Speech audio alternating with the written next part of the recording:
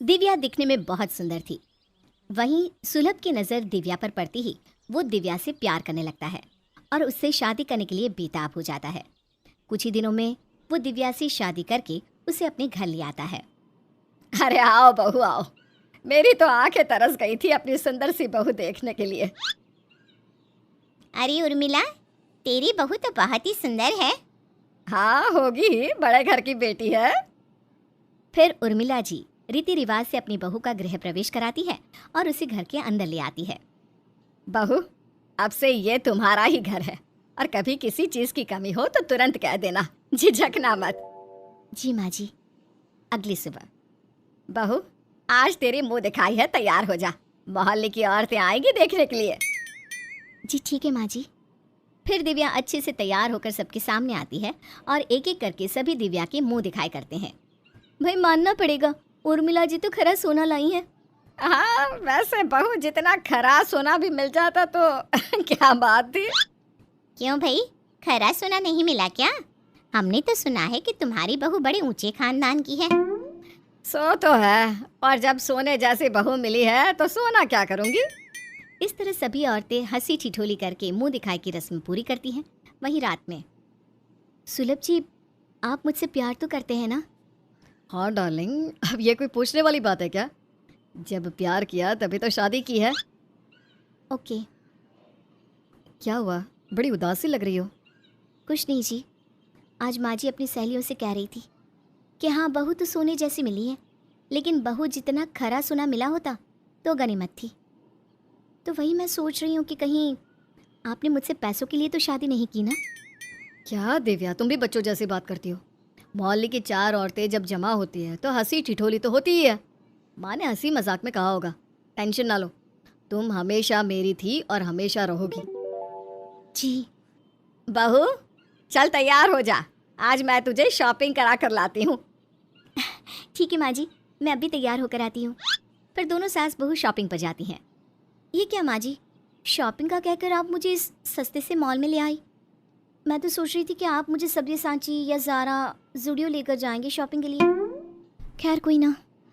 अरे कोई बात नहीं बहू, अभी तो यहाँ से शॉपिंग कर ले, अगली बार मैं तुझे किसी महंगे ब्रांड के शोरूम में ही ले जाऊंगी शॉपिंग के लिए, बस।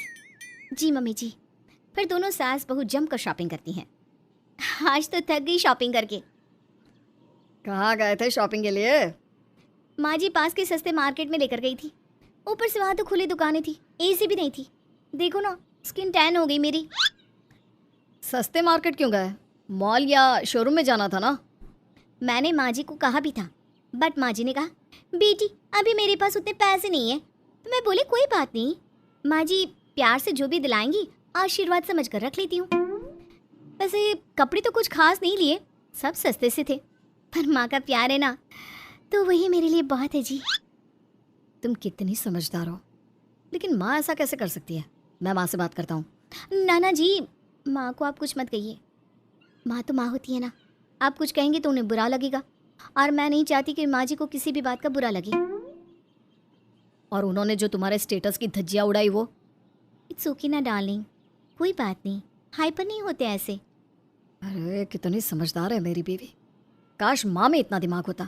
तभी उर्मिला जी वहाँ आती हैं। किसको दिमाग नहीं है बेटा? किसी को नहीं माँ जी, आज ना ऑफिस से आते समय रास्ते में इनका एक्सीडेंट होते होते बचा। एक लड़की गलत साइड से जा रही थी ना, उसी कारण। वही मैं इन्हें समझा रही थी। ये कहते हैं कि काश उसे भी तुम्हारे जितना दिमाग होता। सच्ची तो कहा मेरे बेटे ने। वैसे बेटा तुझे कहीं लगी तो नहीं ना? नहीं माँ, मैं ठीक हूँ। बहू, आज तो कुछ अच्छा बना, तेरे हाथ का खाना नहीं खाया मैंने। माँ जी मैं? हाँ तू बहू, क्यों तू नहीं बना सकती क्या? नहीं माँ, बना लूँगी मैं, टेंशन ना लो। ठीक है बेटा, मैं बाहर जा रही हूँ, कुछ देर में आ जाऊंगी। पापा के घर में आज तक मैंने गैस पर पानी तक नहीं गर्म किया, और माँ जी मुझसे खाना बनवाना चाहती है। तुमने माँ को मना क्यों नहीं किया? रुको, मैं मना कर देता हूँ। नहीं नहीं नहीं, माँ जी को बुरा लगेगा ना, मैं उनकी इकलौती बहू हूँ, थोड़ी सी तकलीफ होगी तो कोई बात नहीं ना, आप चिंता ना करें। बहू, मैं आती हूँ थोड़ी देर में। जी माँ जी।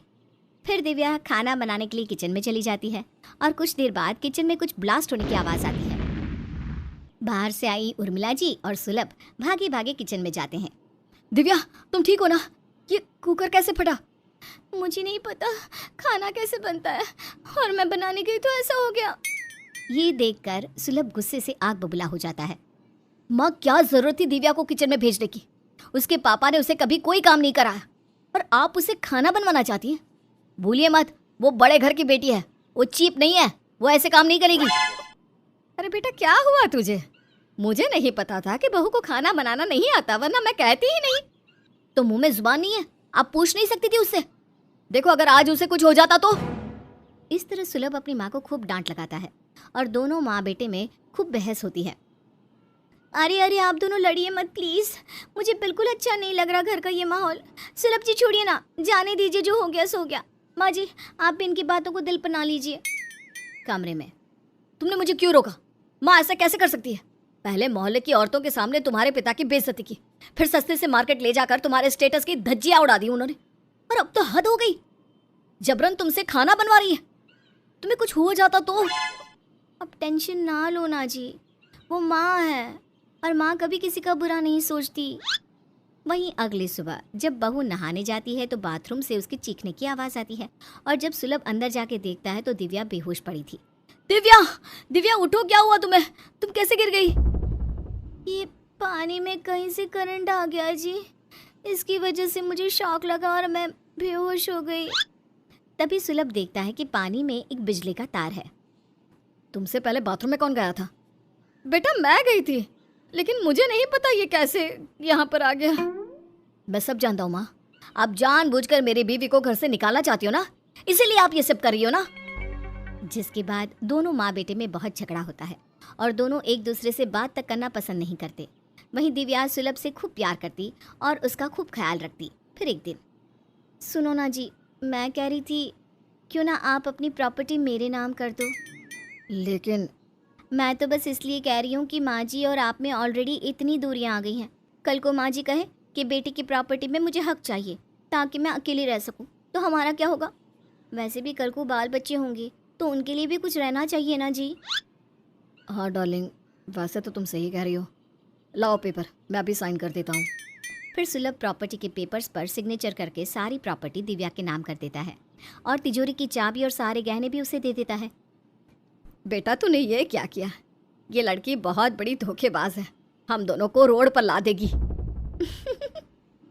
रोड पर तो अब आप दोनों आ चुकी हो। थैंक यू सुलभ, सारी प्रॉपर्टी मेरे नाम करने के लिए। आज मेरा बदला पूरा हुआ। अब समय आ गया है तुम लोगों को ठीक उसी तरह घर से निकालने का जैसे तुमने मुझे निकाला था। कौन हो तुम? याद करो, मैं वही हूँ जिसे तुम रोजाना सताते थे, शराब के नशे में मारते पीटते थे, दहेज की लालच में मुझे और मेरे माता पिता को अब दोनों ने बहुत सताया था, और जब मुझे दुख देकर भी कुछ नहीं मिला तो मुझे जलाकर जंगल में फेंक दिया ताकि जानवर मुझे खा जाए। वो तो भला हो वहाँ रहने वाले आदिवासियों का, उनके कारण मुझे नया जीवन दान मिला, और उनके वैद्य ने मुझे प्लास्टिक सर्जरी करके एक नया रूप दिया ताकि मैं तुम दहेज के भूखों से बदला ले सकूं। विद्या, तुम? बहू तुम? हाँ, मैं तुम्हारी पहली बीवी विद्या, और मैं ही तुम्हारी दूसरी बीवी दिव्या हूँ। वैसे मेरे घर से खुद जाना पसंद करोगे या धक्के मार कर निकालूं?